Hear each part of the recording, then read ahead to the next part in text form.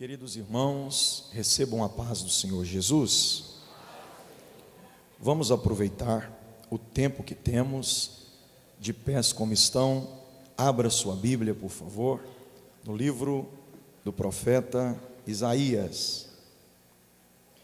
Tendo encontrado o livro do profeta Isaías, caminhe até o capítulo 43. Ao encontrá-lo, visualize o versículo 1 e vamos ler somente esse texto. Se já o podemos fazer, manifestem-se dizendo amém. Amém. Mas agora, assim diz o Senhor que te criou, ó Jacó, e que te formou, ó Israel: não temas, porque eu te remi. Chamei-te pelo teu nome, tu és meu. Antes de se assentar, por favor, eu queria que, para que você compreenda onde nós vamos refletir, dissesse em alto e bom som assim: de Jacó. Eu queria que você falasse muito, muito baixinho assim, pertinho do ouvido do seu irmão, como se você tivesse a uns 50 metros de distância, tá bom? Bem baixinho. Diga assim: de Jacó a Israel, o processo é doloroso, porém, o resultado é extraordinário. Podeis tomar assento.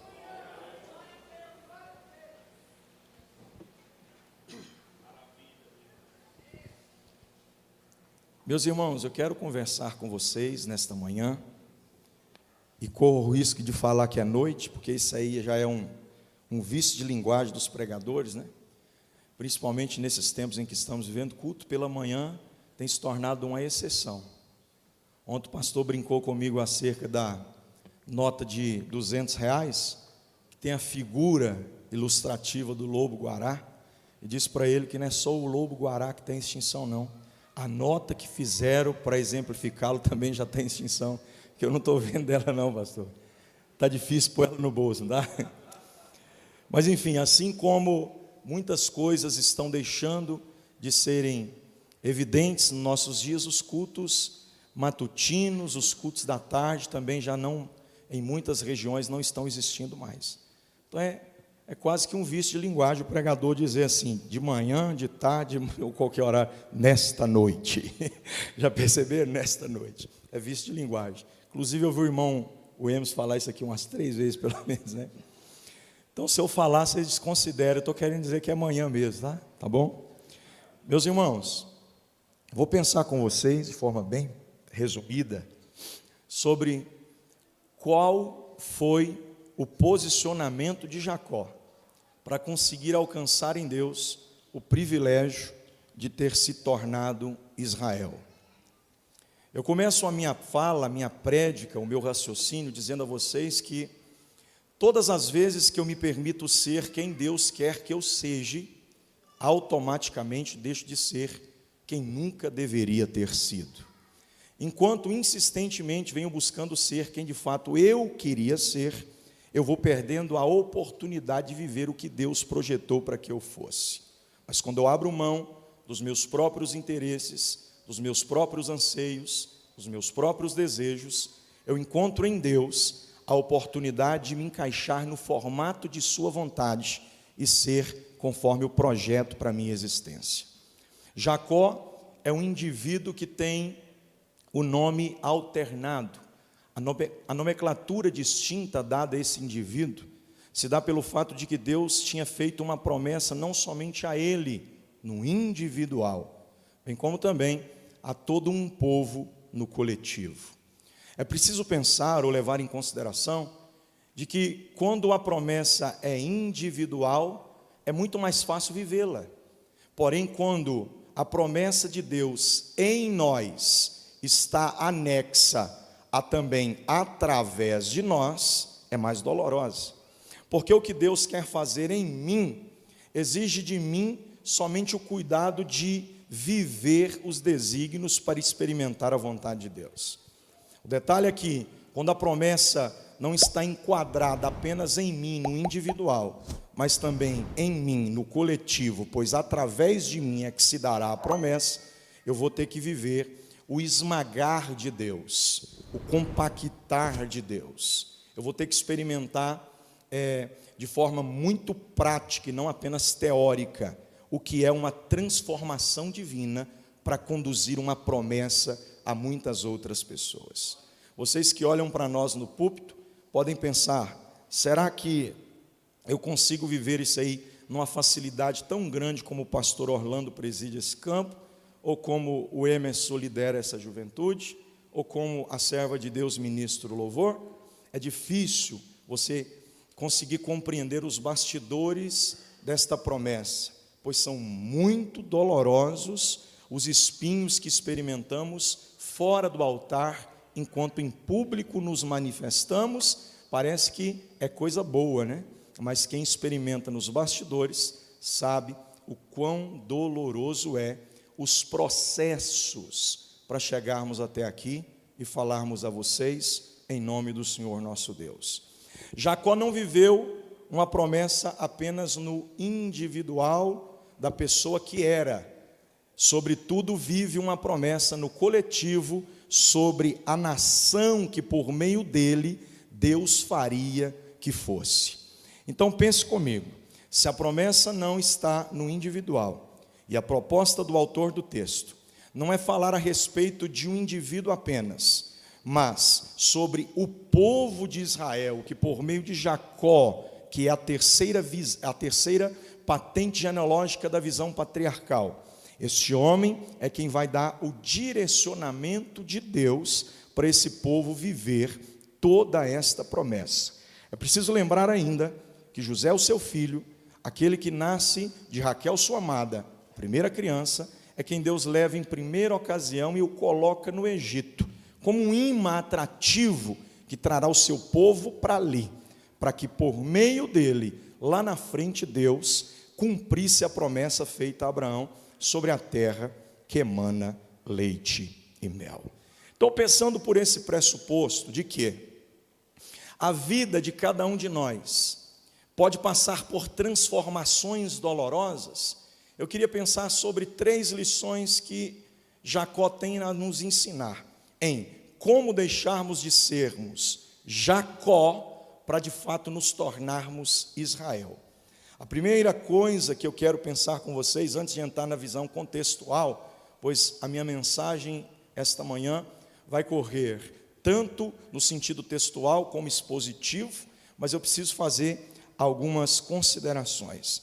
A primeira consideração que faço é que Jacó, para ele conseguir sair de Jacó e se tornar Israel, os processos, além de serem dolorosos, foram demorados. Cerca de 20 anos se passaram.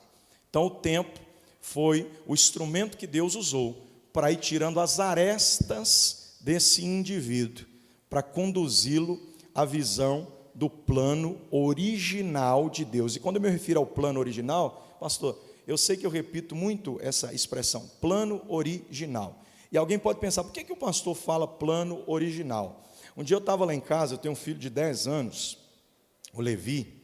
Esse menino é diferente, eu não consigo entender a comunhão que ele tem com Deus. Um dia eu estou lá em casa, ele chega para mim do nada no meu escritório e fala assim: pai, prega sobre os piratas da igreja. Meu Deus do céu, gente.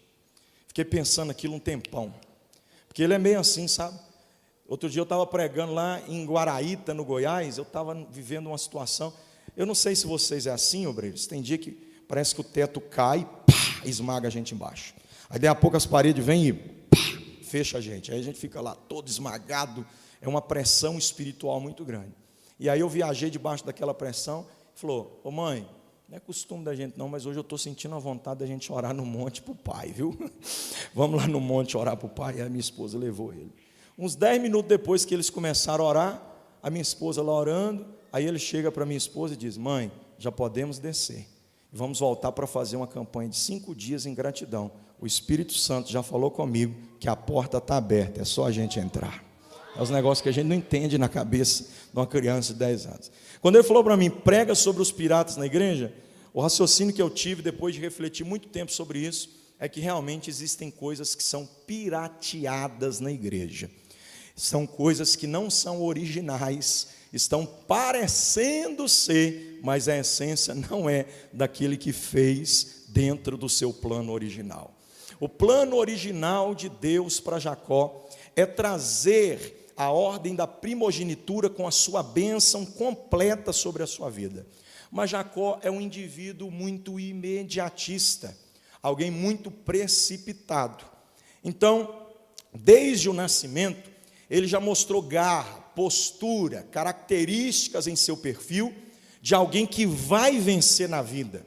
Pois o irmão que está nascendo primeiro, que é Esaú, não nasce sozinho. Ele diz, pode ir, mas eu estou indo junto. Agarra no calcanhar e nasce junto. A ciência não consegue descrever com exatidão o que aconteceu nesse parto. O resumo que fazem é que houve uma anomalia no parto. Esta anomalia é uma coisa familiar, que pertence a essa família. Visto que Judá, que é filho de Jacó, lá na frente, depois de perder os seus filhos Onã e Er, ele vai se deitar com a sua nora Tamar, que se veste por uma roupa que, segundo a visão cultural, seria de meretriz, e o convida a uma noite de prazer. Ele lhe dá o selo, o lenço e o cajado. Depois de se deitar com ela, volta. E vocês conhecem muito bem a história, que quando eles coabitam, o texto bíblico relata que Tamar se engravida também de 2 filhos. Esse negócio de família em que gêmeos sempre aparecem, é uma coisa que meio que hereditária, é uma coisa que não foge da visão sanguínea. Então, lá na frente, a primeira família que gerou gêmeos, que foi o irmão Jacó com a irmã, ou melhor dizendo, o irmão Isaac com a irmã Rebeca, que gerou a Isaac e Isaú, ou a Jacó e Isaú. Lá na frente, o filho de Jacó também vai ter 2 filhos com a sua nora Tamar. E a Bíblia diz que assim como aconteceu uma anomalia no parto do irmão Jacó com o irmão Isaú, aconteceu também uma anomalia no parto dos 2 filhos de Tamar com Judá. Se vocês leem Bíblia, vocês sabem que a brilhante história de José, que perdurou cerca de 13 capítulos, é intercalada pela fatídica história de Judá. O texto diz que quando os 2 filhos de Tamar foram nascer, o menino que estava na frente da fila, ele não nasce com a cabeça que se encaixa no colo do útero, tal como um parto normal. Ele põe a mão primeiro, assim como Jacó vai nascendo agarrado no calcanhar do seu irmão Esaú. E a Bíblia diz que a parteira, observando aquilo e sabendo que havia 2 crianças no ventre de Tamar, ela amarra de imediato uma fita de escarlate em seu pulso, como que se dissesse, pelo levirato este é privilegiado. Pois o levirato, segundo a visão que Deus deu a Moisés, trazia privilégios ao primogênito desta casa. Primogênito aqui, ou lei da primogenitura, é aquele que vai receber todas as bênçãos, ou o direcionamento, que na verdade é o plano de gestão familiar. Sobre ele está a sucessão, ele que vai administrar as heranças, ou toda a herança da família. Então quando o menino põe a mão para fora, a parteira diz, esse Deus olhou para ele com um olhar de muita graça, vai ser o primogênito. Só que o texto bíblico diz que o parto que já está sofrendo anomalia, porque a mão que está nascendo primeiro, sofre outra anomalia quando a mão é recolhida. O menino põe a mão para nascer, mas resolve voltar, como que se diz, não vou nascer mais não. E aí, parece agora que o útero da irmã Tamar está parecendo um apartamento de cobertura, uma suíte presidencial, muito espaçosa, porque o que estava em segundo lugar na fila diz, já que você não quer, dá licença que eu vou nascer primeiro que você. Só que tem um detalhe, quando a gente estuda cientificamente falando, o útero da mulher é um lugar tão comprimido, e quando a placenta é a mesma, que traz a ideia dos gêmeos iguais, né? Fica um pouco mais complicado ainda o negócio. Agora imagine quando os gêmeos não são idênticos, que eles são gerados em lugares distintos, aí que fica mais comprimido ainda a situação, porque ainda tem a bolsa d'água no colo do útero da mulher. Agora eu fico pensando, o menino vai nascer, diz, não vou nascer mais não, aí o que está atrás diz, dá licença, porque eu estou passando. Aí parece que é muito fácil passar, né? Já que vocês não estão percebendo onde eu quero chegar, então eu vou tentar ser mais claro. A criança que se encaixa para nascer primeiro, ela precisa obrigatoriamente, cientificamente falando, nascer primeiro, porque dentro do útero da mulher não tem espaço para ele recolher e quem está atrás na fila passar para frente. É praticamente impossível, cientificamente falando. Mas eu imagino ele dizendo assim: dá licença daí, que eu se você não quer, eu estou indo, e vai empurrando e vai arrumando espaço, porque a vida é assim. Para uns a vida sorri e é sol e justiça, nasce em berço de ouro, tudo acontece naturalmente, não precisa correr, não precisa lutar, não precisa batalhar, não precisa fazer nada, é tudo natural, vem tudo de mão beijada. Parece que até o diabo caindo do céu, porque a única coisa que caiu de lá foi o diabo, né?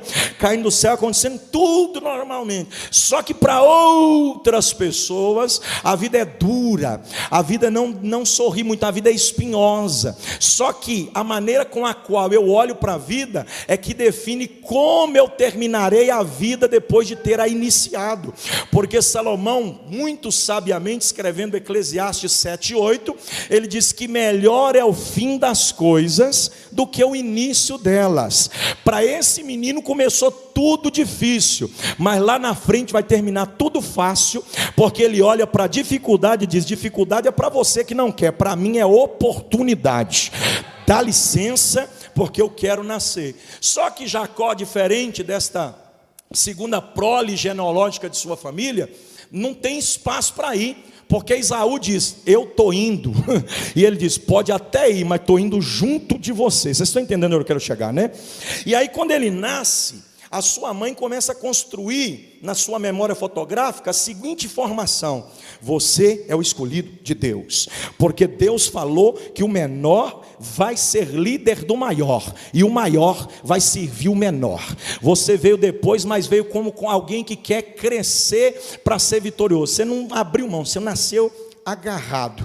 Há alguém que se identifica comigo aqui? Porque a minha mãe, depois de ter gerado a mim e a meu irmão, ela passou por um problema familiar muito grande, porque meu pai deu uma doença crônica e não estava conseguindo trabalhar, e a minha mãe trabalhava desde os 14 anos de idade. Meu avô e a minha avó teve que assinar a carteira, assinar um documento para que eles pudessem protocolar a carteira dela, porque ela ia para a escola cerca de 14 quilômetros a pé todo dia, para estudar de manhã, e aí a professora enxergou nela a capacidade para poder dar aula para os alunos de tarde. Então, naquele tempo, as coisas muito difíceis, a prefeitura colocou ela como professora do primeiro aninho dos alunos de tarde. Então ela começou a trabalhar com 14 anos, mas depois que casou, a vida muda, a rotina muda, os filhos exigem mais. Então a minha mãe largou esse tipo de trabalho e deixou essa função de provedor na mão do meu pai. Quando ele adoece, ela é obrigada a voltar a trabalhar, mas como ela não tinha o protocolo, ou o título protocolo, né, que a sociedade atual exige, porque tem muita gente que tem um canudo, mas não tem essência, tem um anel, mas não tem um conteúdo. A minha mãe tinha informação, mas não tinha o título. Então eles queriam isso dela. Quando ela procura serviço, o prefeito coloca ela para limpar chão no posto de saúde, porque ela não podia fazer outra coisa. Ela tinha conhecimento, mas não tinha o título. E está lá minha mãezinha limpando o chão. Aí de repente sai o concurso público da prefeitura, e aí ela pensa: meu Deus, eu acho que eu vou ter que fazer esse concurso, porque aí eu vou ter estabilidade, né? Concursei, não pode mais me mandar embora, o salarinho vem todo mês, não é muito, mas dá para cuidar dos filhos.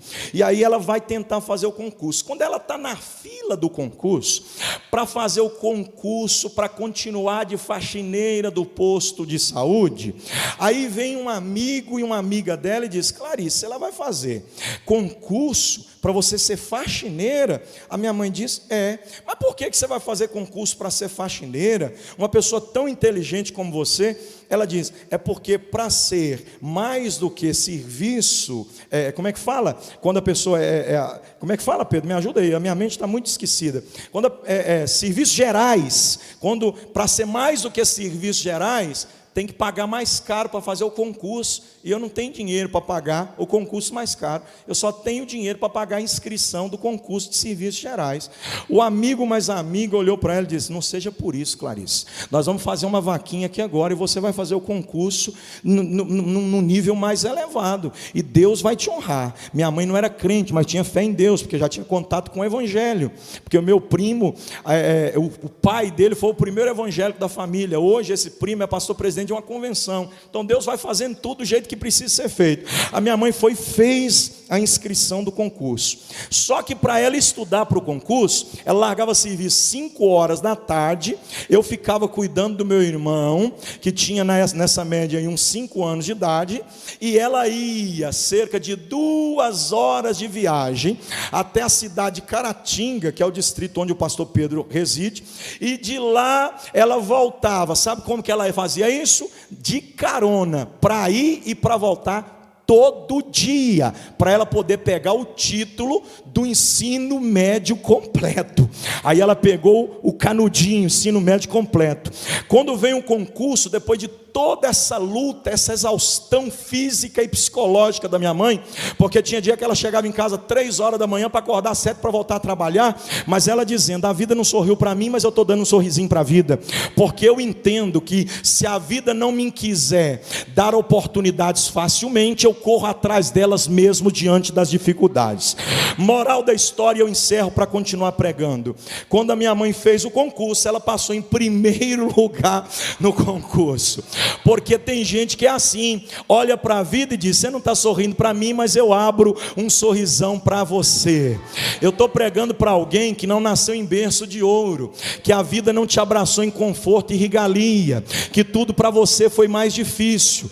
Tem gente que quando lidar com essa situação diz: eu nasci para sofrer. Sofra, vai, continue sofrendo.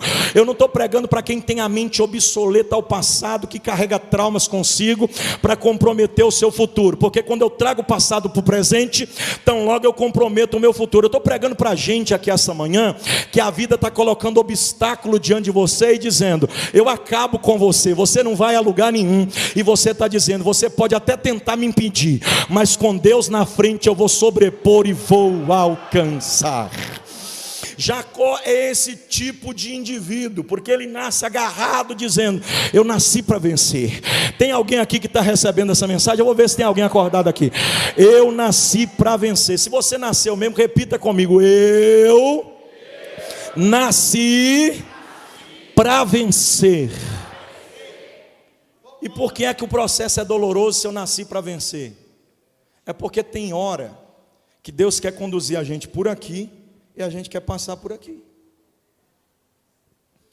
Resumindo a introdução, o irmão Jacó vê o irmão Esaú chegando um dia cansado, depois de um longo período de caça. Aí o irmão está morto de fome, e aí ele chega e diz: dá aí um pouquinho, lentilha cheirosa, guisadozinho de lentilha cheirando bom. Eu não sei se vocês já pararam para pensar, mas quem está com muita fome não escolhe se é doce ou se é salgado, se está quente ou se está frio, porque a necessidade do momento se torna prioridade e nos faz raciocinar somente naquilo. Aí o irmão Jacó, persuasista, alguém que tem o dom de persuasão, diz assim: te dou. Só que tem um detalhe: te dou se tu me der, porque de graça você não leva nada de mim. Na base da berganha, da catira, eu lhe ofereço. Te dou para lá a comida, tu me dá para cá o teu direito. Ele está com fome, gente. Isso é uma covardia. Aí ele diz: está feito o negócio. Porque primogenitura agora não mata a minha fome, não. O que mata a minha fome é esse prato de lentilha. Só que o irmão Esaú vai ensinar uma coisa muito importante para nós. Ele vai ensinar que as prioridades momentâneas da vida tendem a nos fazer abrir mão das promessas eternas. E os prazeres momentâneos, cujos quais eu quero satisfazer agora, podem comprometer as promessas eternamente na minha vida. Portanto, nunca troque um minuto de prazer por uma vida de propósito. Aí ele diz: está feito. O irmão Jacó disse: é tudo que eu queria. nasci agarrado no seu calcanhar, eu já nasci, mas todo mundo olha para você como primogênito, mas já que você deu direito para mim, agora sou eu. Aí eu imagino Jacó subindo na gilete fazendo discurso, porque tem gente que não pode subir na gilete, que vira prepotente, que a soberba enche o coração. Eu disse para o menino aqui ontem, não deixa o diabo entrar no seu coração não, Jesus está honrando esse evento. Por que eu disse para ele? Eu acho que ele até ficou chocado comigo, porque o diabo quer entrar no coração das pessoas para pôr vaidade. Olhe para o irmão que está do teu lado e diga para ele assim, Deus tem coisa grande para fazer na sua vida, mas não pense que você é grande. Grande é o Deus que está fazendo. Olha o que o irmão Jacó faz. Ele começa a se considerar. E a irmã Rebeca vê que o irmão Isaac está ficando velhinho, gagá, e fica de trás da tenda assim, ó. O irmão Esaú entra, aí o Isaac diz para ele, vai buscar para mim uma caça, faz um guisado e vem, porque eu tenho bênçãos para te entregar. A irmã Rebeca atenta, antenada, corre Jacó e diz, mata o cabrito. Para quê, mamãe? A gente vai enganar seu pai hoje. Irmão, é panelinha familiar. Panelinha familiar. É 2 grupos na mesma família. Presta atenção, vou pregar de forma bem didática para você compreender. Vocês conhecem a história? Resumindo, ele vai lá, coberto pelo couro de cabrito, engana o pai, sim ou não? Aí o pai diz, quem é você? Porque a pele é de Esaú, mas a voz é de Jacó. Ele diz, eu sou Esaú.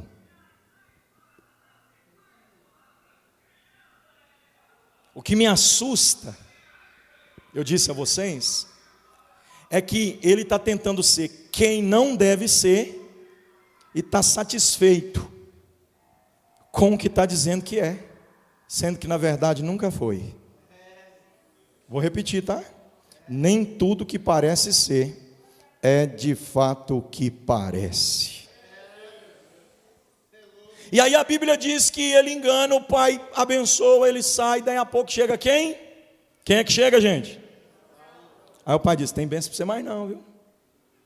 A cólera, a ira, incendiou a alma de Esaú. Ele disse, eu mato ele. A informação chegou em Jacó. Rebeca, temendo a morte, diz, não tem jeito de você ficar aqui mais não.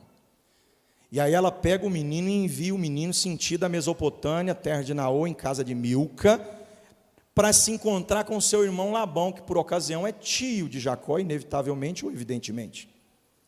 E aí quando ele está em caminho, e aqui eu começo a pregar mesmo para aplicar, ele para em determinado lugar, está tão cansado com o deserto, que a Bíblia diz que ele pega uma pedra e coloca por cabeceira. Eu fiquei pensando sobre esta pedra por cabeceira antes de apresentar a primeira lição. Tem hora que Deus vai fazer isso com a gente. Escute o que eu vou dizer agora, com muita responsabilidade, eu lhes digo isso. Tem hora que Deus vai nos tirar do nosso conforto, da nossa regalia, e nos conduzir aos desertos da vida, para que ali Ele cumpra em nós os seus propósitos. Detalhe importante se ressaltar. Dentro da nossa regalia, do nosso conforto, às vezes a gente deita em cama. Vou falar uma coisa para vocês aqui, eu acho que aqui tem um povo bem de alta, classe alta, né? Eu acho que aqui deve ter gente que usa isso, pastor. Eu acho que eu só vi na internet assim, nunca pus nem a mão para palpar. Eu acho que o Emerson deve ter, esse menino deve ter na casa dele, vocês concordam? Colchão de controle remoto. Clique e põe aqueles 15 minutos, como é que fala? Não sei o que, flex, como é que fala? Aí deita lá e o colchão vai fazendo a massagenzinha, com infras vermelhos, com não sei mais o que. Tem ou não tem isso aí, gente? Vale um carro popular o preço do negócio, mas tem, existe.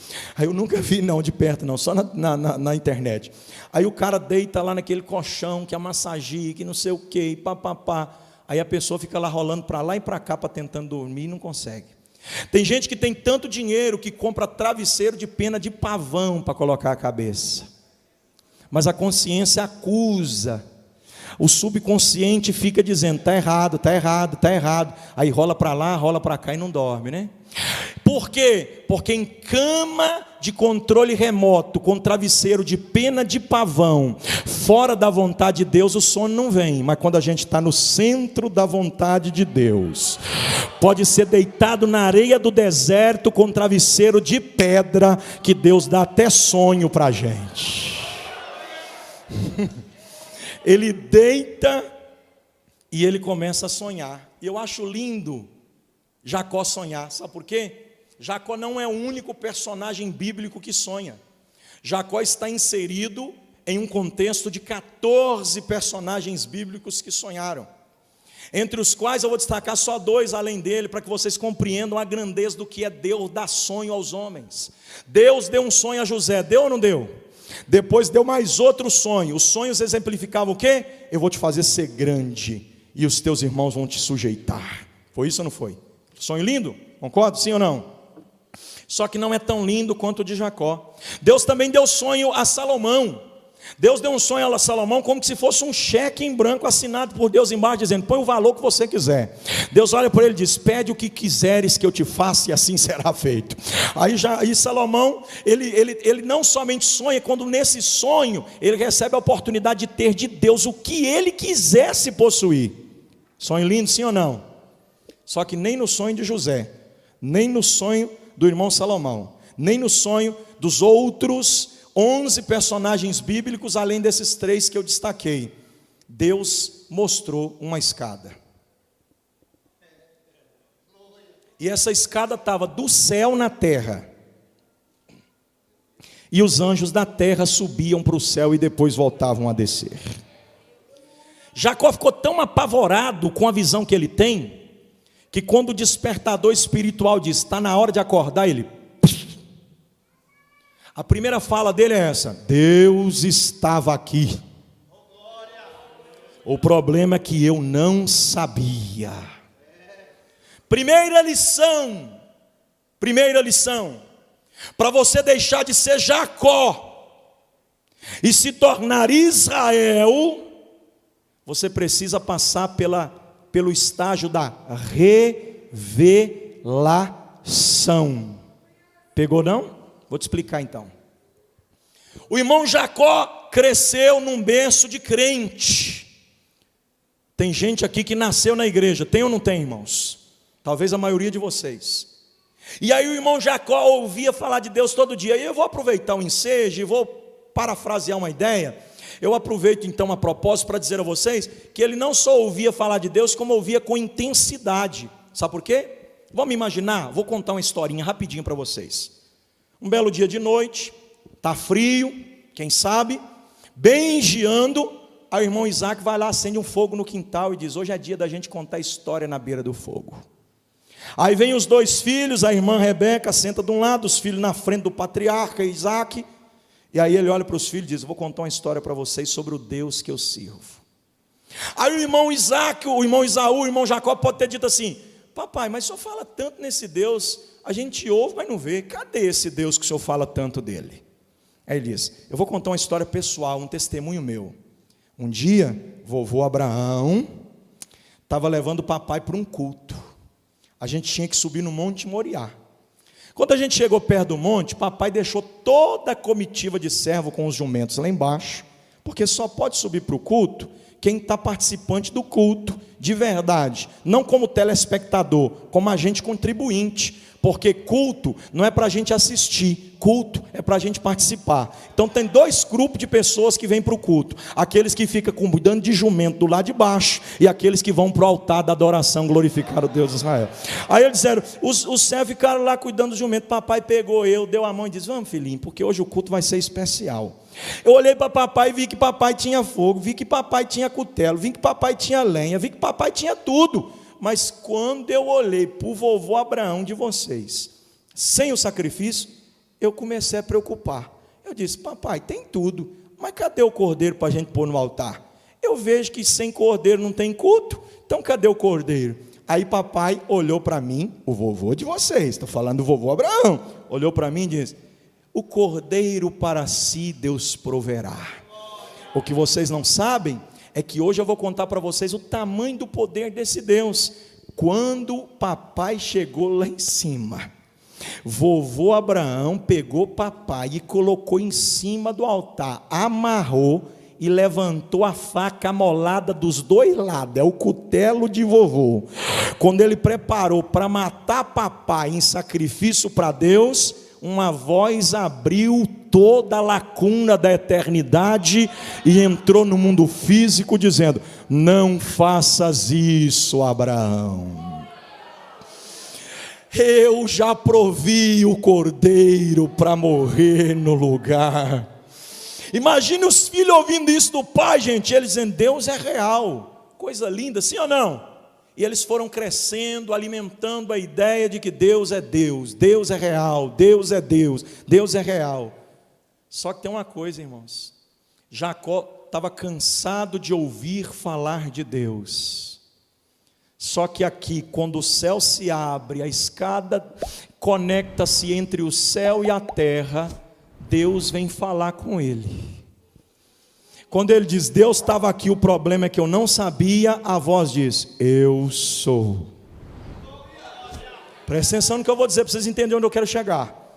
O Deus do teu pai Abraão, o Deus do teu pai Isaque. Só que hoje eu vim me apresentar para você, porque até hoje você me conhecia de ouvir falar, e uma coisa é ouvir falar de Deus, e outra coisa completamente diferente é ouvir o próprio Deus falar. Aí ele conclui: eu sou o Deus do teu pai Abraão, o Deus do teu pai Isaque, só que eu não quero que você viva atrelado ao testemunho do que eu fiz na tua família, porque eu também sou o teu Deus, Jacó. Pastor, o que é que o senhor quer dizer com isso? Levante a sua mão, por favor.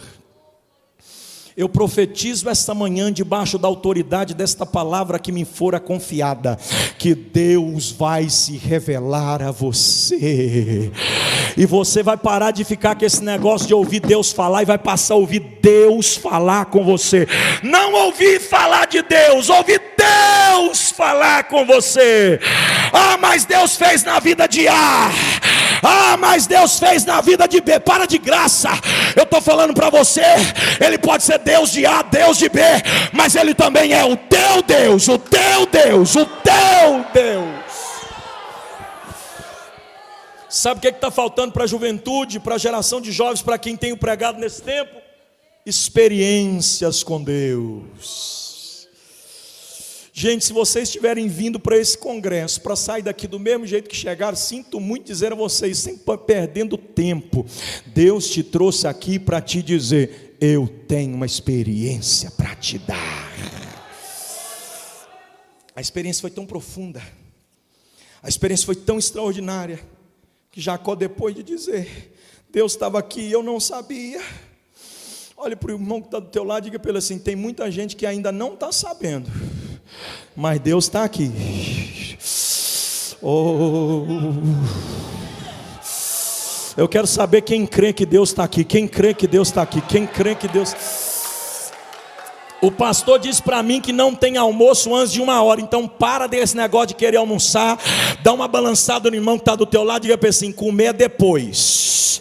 Agora é hora de saber que Deus está aqui. Deus está aqui. Deus está aqui. Foi tão forte a experiência do Deus que está próximo, porque quando ele ouvia falar de Deus, ele ouvia falar de um Deus que está muito distante, mas quando ele ouviu Deus falar, ele percebeu que estava muito pertinho. Me ajuda a pregar de novo, diga para o irmão que está do teu lado, diga para ele assim: você nem percebeu, mas Deus está andando coladinho contigo faz tempo que está.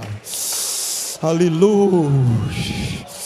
Pastor, melhora para mim poder pegar de vez. Então pega essa, os seus olhos se abrirão para você saber que o Deus que você conhecia de ouvir falar, vai falar com você e vai provar que desde o dia que você nasceu, Ele está caminhando do teu lado contigo.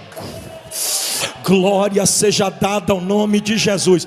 Deus vai pegar jovem aqui hoje para dar um sacode e levar para o centro de sua vontade, e você vai passar a saber que Ele também é o teu Deus. A experiência foi tão profunda, pastor Pedro, que quando ele se desperta, ele diz: te faço um voto. Estou indo para a casa de tio Labão, mas quando eu retornar, se o senhor cumprir o que acabou de falar, eu vou pagar o meu voto aqui. 7 anos por Raquel, recebeu Leia, teve que trabalhar mais 7 por Raquel, 14, mais 6 anos para prosperar sua própria prole, são 20 anos. 20 anos depois, quando o irmão Jacó volta, ele diz: parece que foi ontem, eu conheço essa pedra. O que você quer dizer com isso, pastor? Ele colocou a pedra e disse: essa é a pedra que eu coloco como testemunho de que quando eu voltei eu pago o meu voto. 20 anos depois, quando ele olha para a pedra, é como se tivesse acontecido ontem. Ele está dizendo: não dá para esquecer do que Deus fez na minha vida. Ah, gente, pelo amor de Deus, o que eu estou querendo dizer para você é que o que Deus preparou para você aqui esta manhã é simplesmente isso, algo que será marcante e inesquecível. Aí ele passa pelo estágio da revelação. Qual é o segundo estágio, pastor? Olhe para o irmão que está do teu lado, porque vai ficar didático, aí a fome passa, porque o cheirinho da comida das irmãs está dando uma bagunçada no psicológico de alguém aí, eu estou percebendo isso. Dá uma olhadinha para ele, diga para ele assim, ó: Deus vai transformar Jacó em Israel, mas para isso, Ele vai se revelar a você.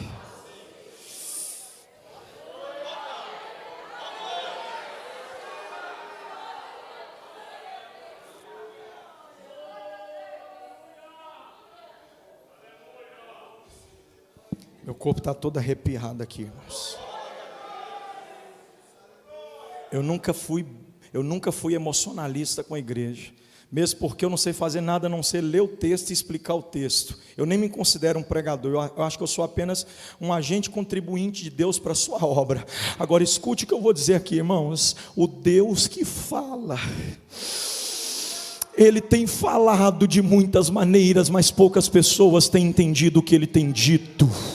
E essa manhã Deus está dizendo: para com esse negócio de viver na superfície. Eu quero me revelar a você. Eu quero mostrar quem eu realmente sou. Aí Jacó levanta com o gás daquela comida da revelação e vai para a casa do tio Labão. Segundo estágio, para deixarmos de sermos Jacó e nos tornarmos Israel. Depois do estágio da revelação, eu gosto muito desse aqui. Ele vai passar pelo estágio da maturação.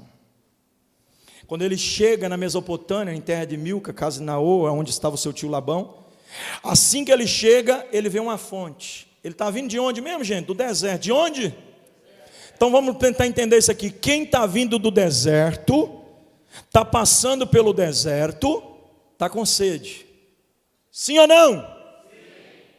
Aí quando ele chega, ele olha direto para a fonte, como que estivesse dizendo assim: eu preciso beber água. Está no texto, a ideia que o texto dá é essa. Mas quando ele levanta os olhos para cima da cisterna, onde a água está, ele vê uma moça.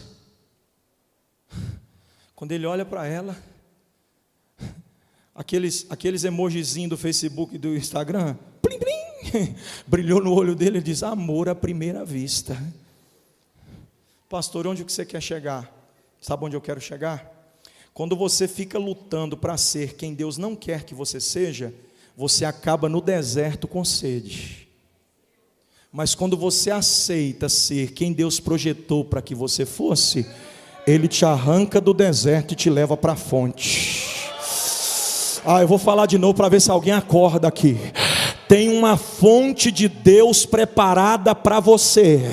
E sobre essa fonte tem coisa muito melhor do que travesseiro de pedra e cama de areia. O que, pastor? A amada da tua alma, o presente de Deus para a tua vida. O projeto começa quando você aceita o propósito. Tem muita gente indo para tudo em qualquer lugar, mas eu quero convidar vocês para ir comigo esta manhã para a fonte que está jorrando água, para cumprimento de milagre. Receba da água fresca que Deus tem para te dar aqui esta manhã. Ele amou tanto a irmã Raquel, que ele chegou para o tio Labão e disse: eu vim para cá para fugir do meu irmão Esaú, mas não quero nem falar sobre isso, porque a partir de agora eu sei para que vim para casar com essa menina aqui, ó. Encarou o pai de frente, porque o Jacó ensina para os jovens de hoje que a gente tem que encarar o sogrão de frente, né? Encarou o sogro de frente e diz assim: ó, eu estou disposto a fazer o que for preciso, mas não abro mão de casar com ela. Eu quero casar com ela, eu amo ela, eu não quero saber. Aí o sogrão disse: você quer, né? Então eu vou te dar ela. Trabalha para mim 7 anos, coisa simples. Ô sogro bom, hein? Coisa simples, 7 anos de trabalho árduo, aí sim você casa com ela. Jacó está tão apaixonado que ele diz: pode ser 20, 30, 50, eu não quero saber, eu vou casar com ela, é ela que é a minha escolhida. Aí está feito o trato feito, pronto.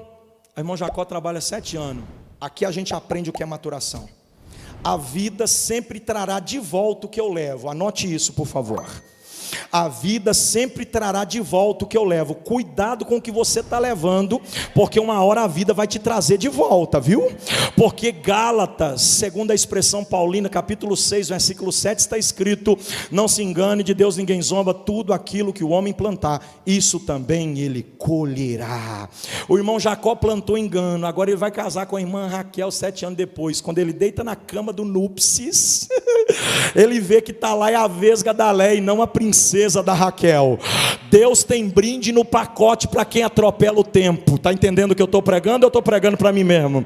Ele queria casar com a princesa da Raquel, mas o tio Labão foi a vesga da Léia. E está no texto que é vesga. Eu não estou dizendo vesga no sentido pejorativo da expressão, da visão estereótica do indivíduo que Léia era, e sim do interior, porque Jacó nunca amou foi a face de Raquel. Jacó amou foi a alma, porque quem casa com a lata separa depois que enche de ruga, mas quem casa com o coração vai até o fim. Aí ele não quer, irmã Léia, ele chega para Labão e acontece assim: como é que o senhor faz um negócio desse comigo? Eu trabalhei não foi por Léia, eu trabalhei foi por Raquel. Aí ele vai aprender uma lição preciosa da vida, que esses jovens tudo vai aprender agora, quer ver? Ele diz assim: não sabe você que não é cultura nossa darmos primeiro as mais moças, para depois darmos as mais velhas? Antes, porém, primeiro a primogênita, depois a moça caçula. Eu acho que o subconsciente de Jacó acusou e disse: já imaginou a afeição caindo? Jacó aprendeu na prática que quando eu quero hoje o que eu só tenho capacidade para administrar amanhã, eu corro o risco de perder, porque o proverbista disse que a bênção antes do tempo ela é maldição. Deus está mostrando uma escada para Jacó, para lembrá-lo que o projeto que ele tem para ele é de degrau a degrau, e não no toque do elevador. Não adianta querer colocar o carro nas frentes dos bois, meu irmão. A gente tem que ir no passinho do gado, como bom mineiro do interior, porque quem corre demais se cansa. E a pressa nos ensina 2 lições. Primeira, a pressa nos ensina o anseio pelo imediato, e segundo, a pressa nos ensina o despreparo pelo atraso. Geralmente pessoas apressadas têm essas 2 posições para descrever o seu perfil: ou ele é despreparado pelo atraso, ou ele é ansioso pelo imediato. Porque pressa é um paradoxo em 2 extremos. Ao mesmo tempo que você se atrasa, você se antecipa. Quer ver que eu provo?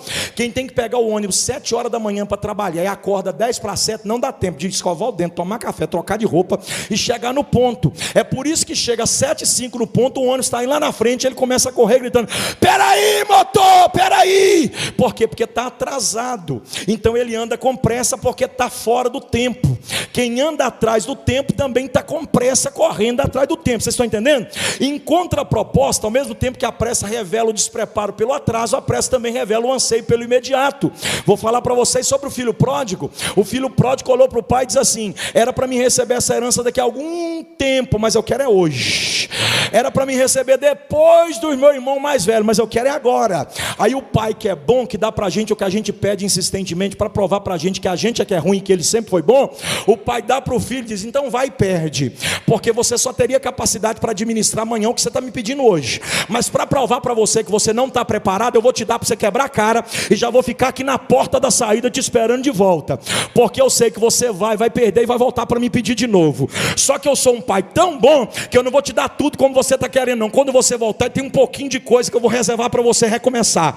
Vou deixar a sandália, a roupa, o anel e o boi cevado para a gente fazer festa. Eu vou te ensinar que fora da minha presença você só perde, mas na minha casa você só ganha. Então não tente atropelar o tempo, nem para frente nem para trás.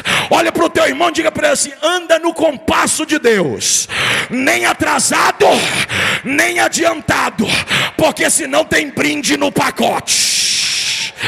Glória seja dada ao nome. Aí dá glória a Deus quem achar que tem que dar glória a Deus. Tem uma Leia na bolsa para você levar junto. Quando você atropela o tempo, Deus está dizendo: eu vou te passar pelo processo da maturação. Por favor, me ajude a pregar. Diga assim: eu aceitarei o tempo de Deus. Vou pregar aqui, ó, para essas meninas da frente aqui, ó, porque eu estou vendo que essas meninas parecem que, ó, tem muito jovem do lado de lá. Eu vi que eles ficam mais no canto, ficam olhando para cá, sabe? Aí tem uns outros que ficam no cantinho olhando. Aí as mocinhas ficam sem graça de olhar para trás, porque geralmente esses encontros assim, gente, costuma dar casamento mesmo. Eu sei que costuma dar casamento. Agora olha para cá aqui para mim, irmãs. Oi, irmãs, irmãos, jovenzinhos. Vou ensinar 2 lições para vocês aprenderem, para nunca mais esquecer. Casamento não é para quem quer hoje, não. Casamento é para quem está preparado para administrar o matrimônio. Tem muita moça com 15 anos dizendo para a mãe e para o pai que está com muita vontade de casar. E a pergunta que eu faço é essa: gente, pode um negócio desse? Não aprendeu nem ferver leite, não sabe a hora de desligar o fogo. Se precisar fritar um ovinho para o marido, vai queimar ou vai vir cru, porque não sabe a hora do ponto do ovo. Gente, tem gente que não sabe cozinhar um ovo ainda, meu Deus do céu. Fica o dia inteiro e a noite inteira só nas redes. Uma hora vai malhar igual peixe malha em rede, porque aí acorda meio-dia. Minha filha, minha esposa doendo, tem moça que está dizendo para a mãe que quer casar, só que ela acorda meio-dia com a cara toda inchada, olha para a mãe, porque a mãe fez o almoço 11h30, diz: ô mãe, esquenta aí que já esfriou. Aí a mãe vai lá esquentar. Como é que você vai ter um casamento desse jeito? Aí eu bati em você, deixa eu bater nos rapazes também um pouquinho, vou pular de cá agora. Aí os rapazes querem casar, gente. Aí com 16 para 17 anos, olha para as mocinhas que está com 15, que também está querendo, e começa a dizer para o pai: eu já sou homem, viu? Eu já estou fazendo barba. Está fazendo barba, mas ainda não sabe o que é um calinho de cabo de enxada na palma da mão.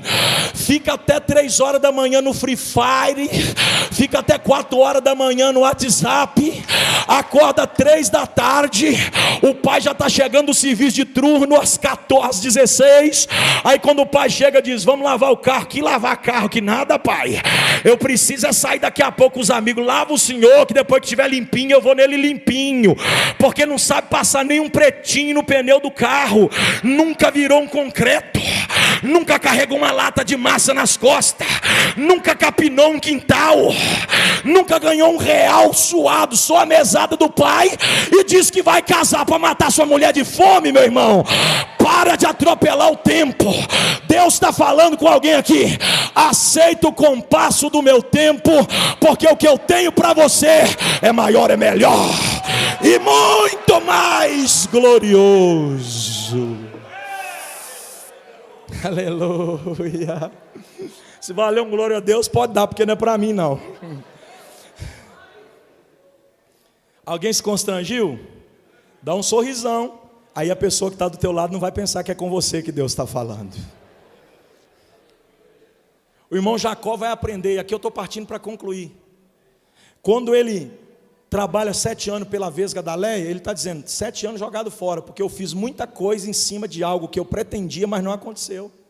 Sabe o que ele está dizendo para Deus? Quem precipita demais casa com quem não é para casar, estuda o que não é para estudar, trabalha onde não é para trabalhar, muda para onde não é para mudar, vira de igreja, transfere-se de igreja para onde não é para ir. E Deus está usando a minha boca, e humildemente eu lhes digo: aceita o que Deus tem para você, e para de pressa, Com Deus não é micro-ondas, onde você aperta 30 segundos e está pronto. Com Deus é fogão de lenha, meu filho. Tem que tirar cinza, colocar lenha, tacar fogo, assoprar até o fogo pegar, colocar panelinha de ferro e deixar cozinhar no banho-maria. O que Deus faz às vezes até demora, mas nunca demorou pela perspectiva dele. O que para você está demorando, na verdade Deus está caprichando. Pega na mão do irmão que está do teu lado, diga para ele: para de pressa. Deus não está demorando, Deus está caprichando.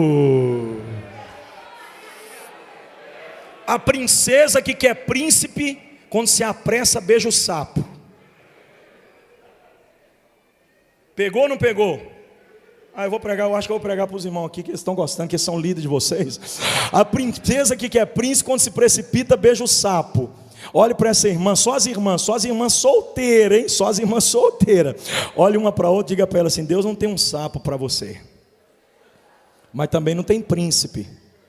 Deus tem um homem de Deus. Agora só os irmãos solteiros, diga para ele assim: Deus não tem uma rã para você, mas também não tem uma princesa. Deus tem uma mulher de Deus.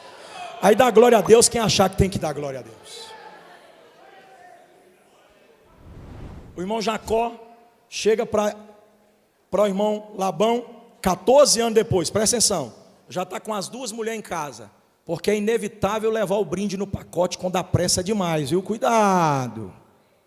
Vou repetir: a consequência fica e o pecado é perdoado. Não se esqueça que pecado perdoado não elimina consequência carregada. Vai ter que levar Leia. Aí ele chega para Labão e diz: 14 anos se passaram e agora eu preciso ir embora com a minha família, porque o meu filho José já nasceu, a promessa que eu esperava. A irmã Raquel me deu meu primeiro filho. Tchau para você, porque a irmã Raquel já está grávida de Benjamim, ó, estou rapando fora. Aí Labão diz, ou melhor, aqui ele só tem José, lá na frente que ela vai se engravidar, quando ele vai pela segunda vez. Aí ele diz: estou indo embora. Aí Labão diz: vai não, eu vou pagar o teu trabalho. Gente, eu tenho uma mensagem de Deus especial para alguém aqui agora, presta atenção no que eu estou dizendo, hein? Não vai pensando que porque o culto está meio dinâmico, com um sorrisinho, a gente está descontraindo, que Deus não está aqui não, porque eu falei para vocês, tem coisa que a gente não sabe, mas é verdade, Deus está aqui. Eu vou repetir, Deus está aqui. Se você quiser dar um glória a Deus para louvá-lo, Deus está aqui. Aí ele chega para Labão, combina o pagamento, está acordado o pagamento. Deus vai trazer uma providência para a vida de alguém aqui agora. Eu estou sentindo uma unção profética descendo aqui agora nesse púlpito aqui. Aí ele diz: não está feito. Aí o irmão Jacó vai trabalhar. Quando o irmão Jacó vai trabalhar, o trato deles foi esse: esse tipo de ovelha é sua, esse tipo é minha, cabrito assim é seu, cabrito assim é meu. Aí ele vai aprender com Deus que a maturação é um processo que nos faz crescer e prosperar. Deus vai ensinar para ele biologia, Deus vai ensinar para ele administração de empresa, Deus vai ensinar para ele um monte de coisa enquanto ele está maturando. Ele está maturando porque Deus está dizendo: o Israel que eu preparei já está moldado conforme a minha vontade, só você que não está pronto para ser o Israel que eu disse que seria. Como o trono eu faço e depois eu preparo alguém para sentar no trono, o trono já está pronto, estou preparando você para sentar nele. Davi foi ungido rei no capítulo 16 do primeiro livro, mas só sentou no trono no capítulo 5 do segundo livro de Samuel. 19 capítulos depois, José teve um sonho, mas só foi chegar no cumprimento 13 anos depois. Com Deus é assim, é verdadeiro, mas é no compasso. Aí quando o irmão Jacó recebe a informação, ele rapa as varinhas, põe na água as ovelhas, vem beber. Aí o rebanho do irmão Jacó começa a crescer e o de Labão diminuir. Labão é olho grande, Labão é invejoso, Labão é aquele tipo de gente que não pode ver a gente prosperar, que quer ter o que a gente tem e faz com que a gente deixe de ter o que tinha até então. Aí ele olha e diz: vou trocar o pagamento, fica com a de cá que eu vou ficar com a que tem mais. Aí Jacó diz: tudo bem. Aí Jacó muda o projeto, daí a pouco Deus prospera o rebanho de Jacó e Labão começa a ficar com menos de novo. Aí ele diz: eu vou mudar o pagamento, eu vou ficar com a que tem mais, você fica com a que tem menos. Aí ele muda de novo e lá vai, e daí a Bíblia diz que foram 10 vezes. Labão um dia chega e diz: você está roubando o que é meu. Jacó olha para ele e diz: eu? Você não entendeu até agora que por causa dos seus próprios interesses e do seu desejo ganancioso de ter, possuir, adquirir e conquistar mais do que o que Deus quer te entregar, tem feito com que Deus tire o que é teu e dê a mim e a minha geração? O que você quer dizer com isso, pastor? Levante a mão se você tem coragem para receber. Haverá Joremassúria Lei Jorondrevácia. Haverá um movimento de Deus sobre esta região de Lavras. E Deus está dizendo na minha boca: estou tirando de lá, estou trazendo para cá. O que é isso, pastor? Pelos olhos da fé, eu vejo o espírito de miséria e de pobreza, como um mendigo com um saco velho nas costas, saindo pela placa de saída desta cidade, e Deus falando está com o povo que se reúne aqui esta manhã. Enquanto a miséria e a pobreza está saindo, a prosperidade e a providência está chegando.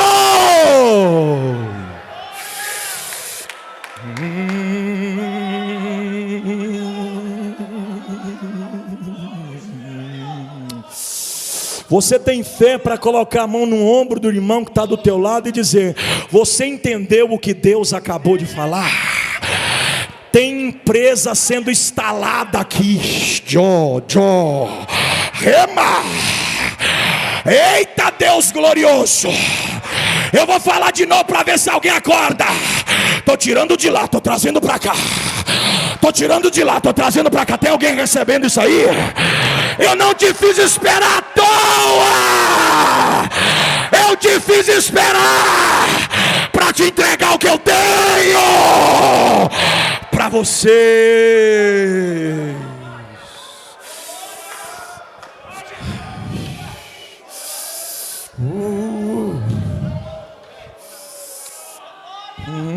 Levante a sua mão.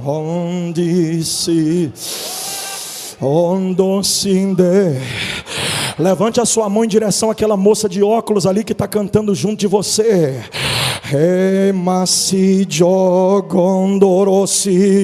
Tem alguém sentindo o que Deus está fazendo aqui? Só os espirituais estão entendendo.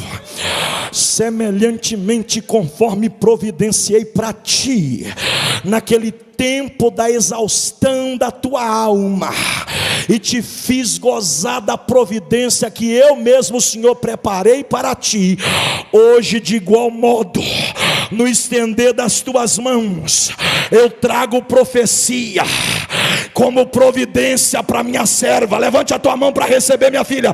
Está trazendo Deus para a tua vida algo que você nem esperava. Está vindo de longe, está chegando bem perto, e Deus está dizendo: eu disse que faria e não te enganei. Eu não te menti quando disse que ia fazer. Hoje eu renovo a promessa e te digo: está chegando, está chegando, está chegando, está chegando. Abre a boca, abre a boca.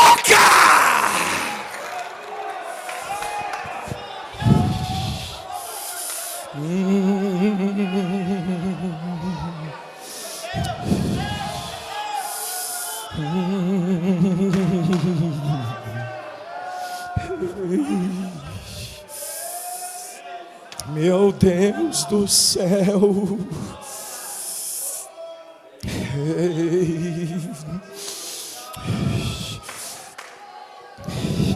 Jacó sai da Mesopotâmia e começa a retornar 20 anos depois. Eu estou encerrando agora. Terceira lição para você deixar de ser Jacó e se tornar o Israel que Deus quer que você seja. Quando ele chega na divisa do Val de Jaboque, a ameaça iminente de morte promovida pelo seu irmão Esaú chega ao seu conhecimento. Ele põe as mulheres com os filhos para trás, os servos para frente, o presente mais à frente ainda. E a Bíblia diz que ele vai para o Val de Jaboque sozinho. No Val de Jaboque, Deus quer ter um particular com Jacó para ensinar a terceira lição. Depois de Deus se revelar, depois de Deus nos maturar, Ele nos leva para o toque final. Diz a Bíblia que enquanto Jacó está no val de Jaboque, conversando com o ser angelical que a ele apareceu, a Bíblia diz que ele fica discutindo, debatendo ideias, mas enquanto o anjo está ali, ele está agarrado, assim como ele agarrou no calcanhar de Esaú. Lembra do início da história? Para dizer: eu nasci para vencer, eu nasci para vencer, eu nasci para vencer, eu nasci para vencer. Vou falar até alguém acordar. Eu não quero saber o que o diabo disse, eu não quero saber qual foi a palavra de maldição que liberaram. Continue agarrado em Deus, dizendo: eu nasci para vencer, eu nasci para vencer. Tem um negócio de Deus acontecendo aqui, tem um fio de azeite descendo nesta casa. Olha a glória de Deus te renovando aí. Quem nasceu para vencer,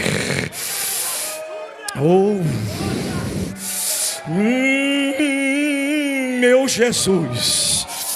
O anjo está dizendo: eu vou. Ele disse: não vai. Eu vou. Ele disse: não vai. Eu vou. Ele disse: não vai. Aí quando o anjo disse: eu vou, ele disse: só vai sair daqui depois que me abençoar. Eu não te solto, eu não te solto, eu não te solto, eu não te solto. Eu estou agarrado. Você não quer me dar, mas eu quero receber. Ah, gente, isso aqui é alguém que está dizendo para Deus: eu cansei de ser Jacó. É alguém que está dizendo: não aguento mais ser Jacó. É alguém que está olhando para a vida dele e está dizendo: eu não dou conta mais de ser um dia só da minha vida Jacó. Eu estou cansado de ser o Jacó que sempre fui. Eu não aguento mais carregar o peso do Jacó que eu não quero ser. A minha mensagem não é para todo mundo aqui esta manhã. A minha mensagem é para quem está insatisfeito com quem é. É para alguém que está dizendo: Deus, faz alguma coisa na minha vida. Eu não posso continuar vivendo como eu estou vivendo. Eu não aguento mais. É alguém que partiu para o tudo ou nada e está dizendo: ou o Senhor faz isso, ou senão o Senhor pode me levar, porque a minha vida não faz mais sentido continuar vivendo assim. A minha mensagem é para você que está cansado de ser quem sempre foi e sempre tentando mudar e nunca alcançou uma mudança de vida. Aí a Bíblia diz que quando o anjo vê que ele não aguenta mais, porque ele quer realmente deixar de ser Jacó, o anjo diz: você quer mesmo ficar? Então eu vou te abençoar. Mas antes da bênção, me diga teu nome.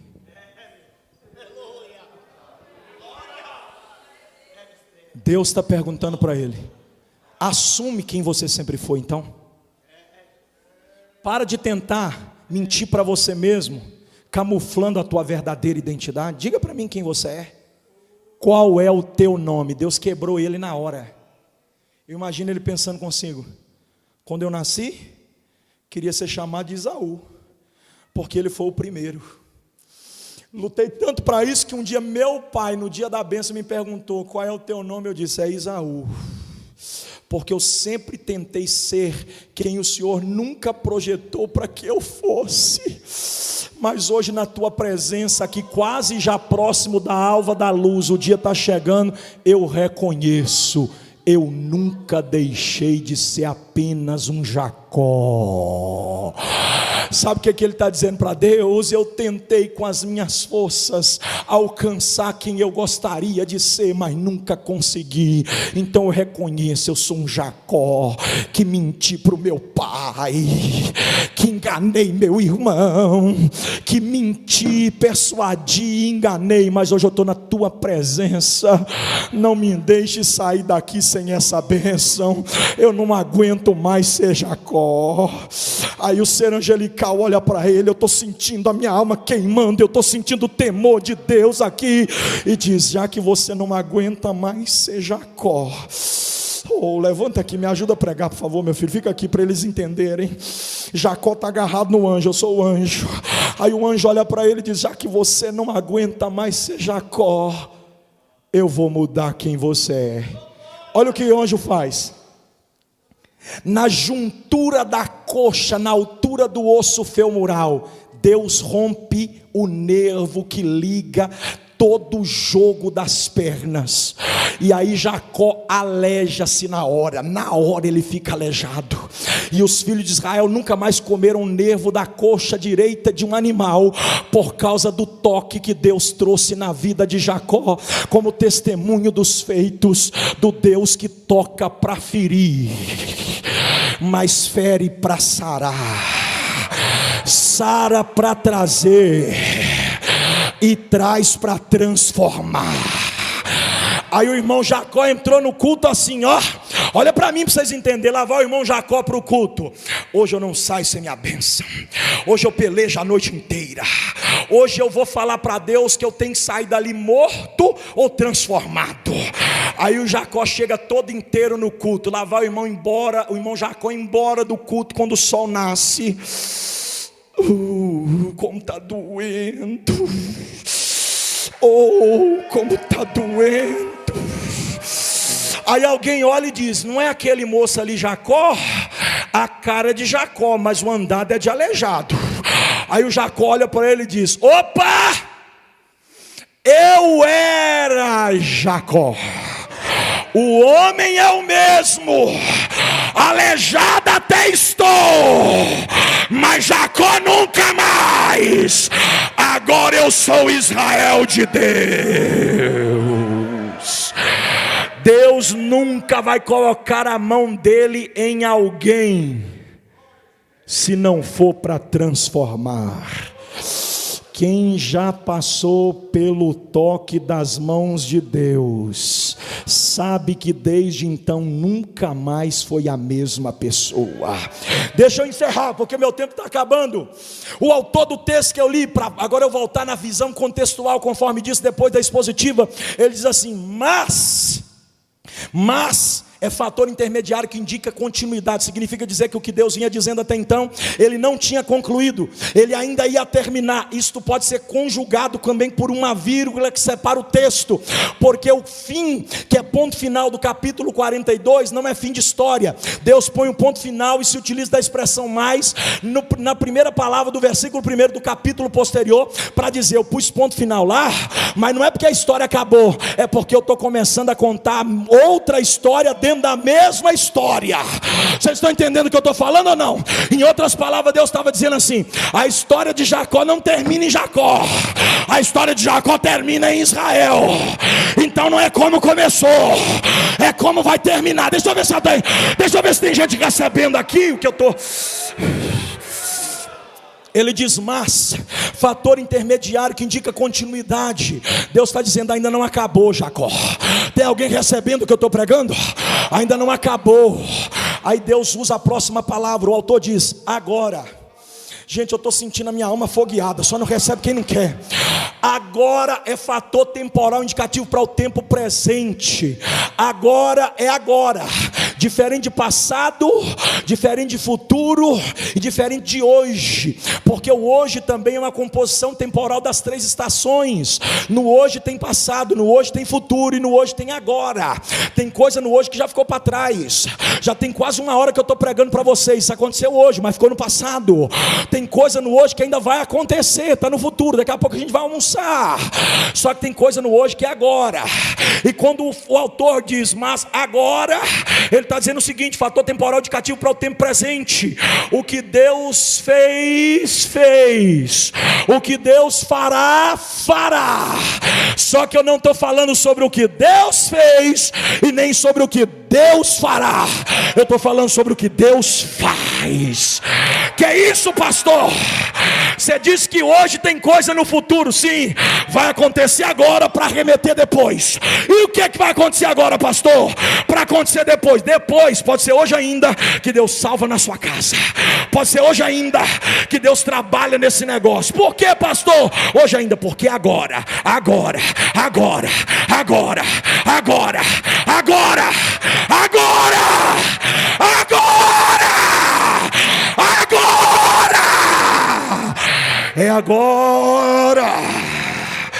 É agora.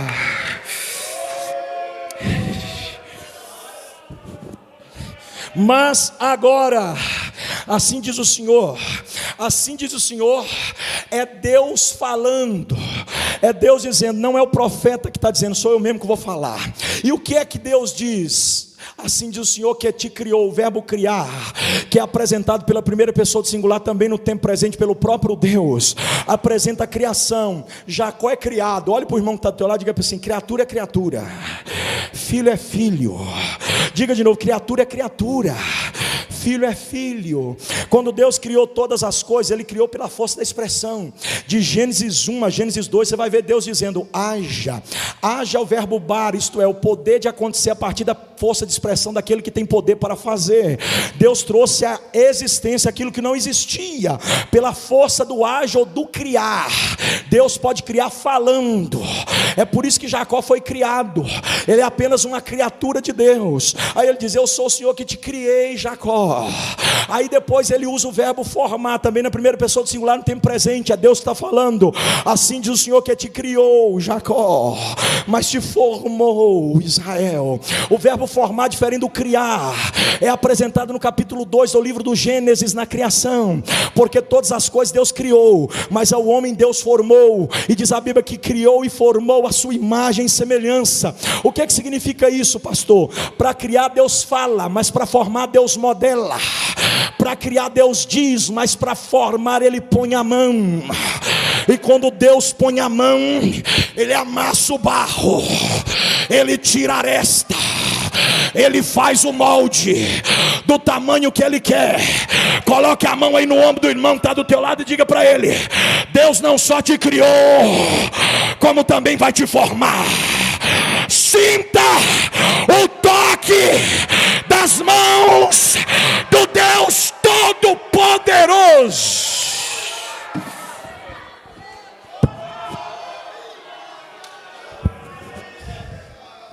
Pode até ter não gostado do pregador, mas come essa comida que Deus está te dando, porque a mensagem é de Deus para a tua vida. Conclui, pastor, porque eu quero almoçar. Conclui então. Deus te trouxe aqui para você sair daqui como nunca foi. Eu estou indo embora. Se vocês não creem, eu creio só para mim. Eu estou indo embora transformado. Sabe por quê? Eu não vim aqui para sair sendo o mesmo Jacó. Jacó é suplantador, Jacó é enganador. E Israel, pastor, é príncipe do Deus dos céus. Vamos ficar de pé para a gente orar, para vocês entenderem. Sabe por que eu preguei tudo que preguei? Para mim não brincar com o seu sentimento, para você entender que Deus é real, que a palavra é verdadeira, que Deus fala e cumpre pela sua palavra. Como é que a gente termina então, pastor? É simples assim. Você está proibido de sair daqui como Jacó. Começa a conversar com Deus agora na sinceridade da tua alma. Diga: eu não posso mais ser quem sou. Eu preciso ser quem o Senhor projetou para que eu fosse. Eu aceito a tua vontade.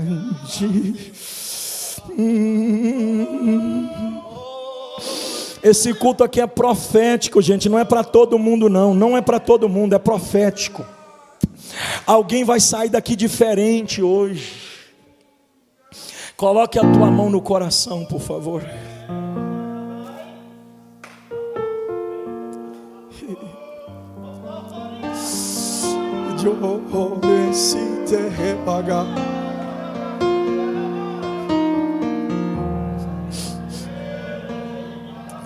Eu preciso.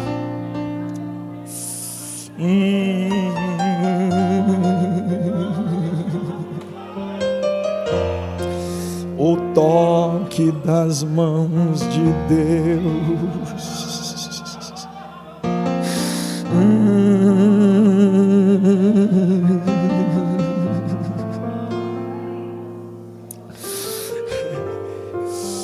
Primeiro Deus revela, depois Ele matura e por fim Ele transforma. Com a tua mão no coração, diga para Ele: me ajude a passar pelos estágios.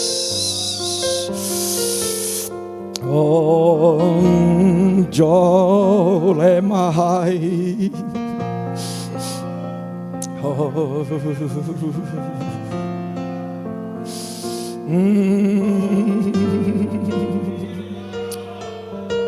Se puder, abraça essa pessoa que está do teu lado para a gente encerrar. Aleluia. Diga com autoridade para ela: para Deus. Eu quero ouvir você dizendo: diga: para Deus não importa como você começou. Diga mais forte: para Deus também não importa como você está. Diga com autoridade, diga para ele: para Deus o que importa de verdade é como você vai terminar. Profetiza com autoridade: vai terminar como Israel. Diga para ele: a partir de hoje, Jacó nunca mais. Deus vai pôr a mão em você.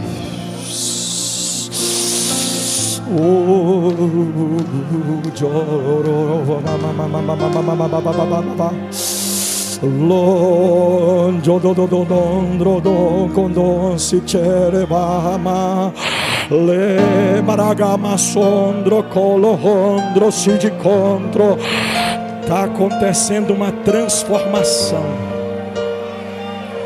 Os céus dos céus estão se abaixando sobre nós, e o Deus que toca está passando em revista. O coração sincero que está dizendo que seja em mim, ele está dizendo: eu te toco e te transformo.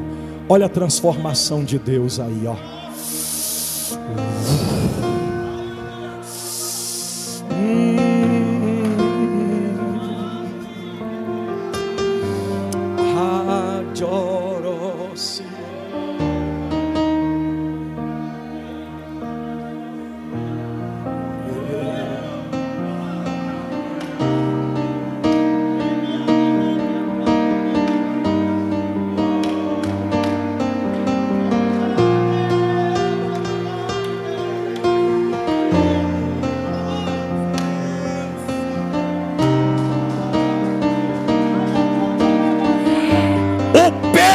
De poder da palavra que faz, está dizendo: eu estou te transformando, eu estou te transformando. Receba a glória transformadora de Deus aí agora, que traz renovo, esperança. Abra a boca para adorar, abra a boca, abra a boca.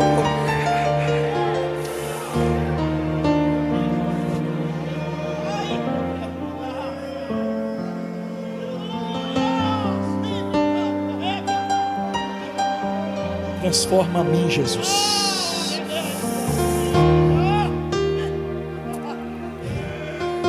Pode ser que não seja o que você queria ouvir, mas é o que Deus queria te falar. Já estou encerrando, vou fazer uma oração agora. Mas antes de eu orar por todos vocês, o Deus da tua alma, Emerson, visitou a minha mente agora e me mostrou você caminhando por uma rua estreita, estreita, estreita, que se enlarguece. Quanto mais você caminha, mais ampla e acessível essa via de acesso se torna. E Deus falou para mim: eu ainda não terminei. Se tivesse terminado, você já teria chegado onde eu disse que chegaria. Eu estou trabalhando em um processo gradativo faz tempo, e tu sabes disso. Já está se aproximando o tempo em que a faixa da linha de chegada será cortada. Mas te digo, servo meu, não te apresses. Continue caminhando na minha direção. Em meu tempo, na minha hora, haverá um troféu na linha de chegada, do jeito que eu disse que faria.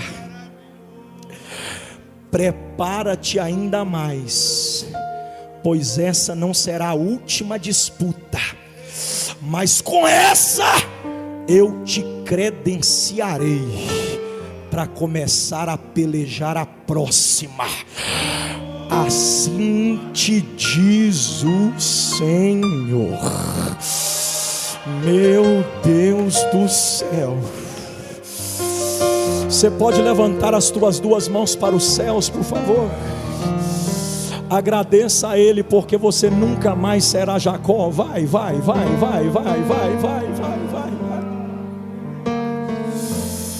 Deus, eu abençoo a tua igreja por esse culto onde a nossa alma foi movimentada e não apenas o nosso corpo. Que essa transformação seja completa e que o teu nome seja glorificado. Eu queria que antes de se assentar você abraçasse 3 pessoas e dissesse: me olhe bem nos olhos hoje, porque a partir de hoje eu serei irreconhecível.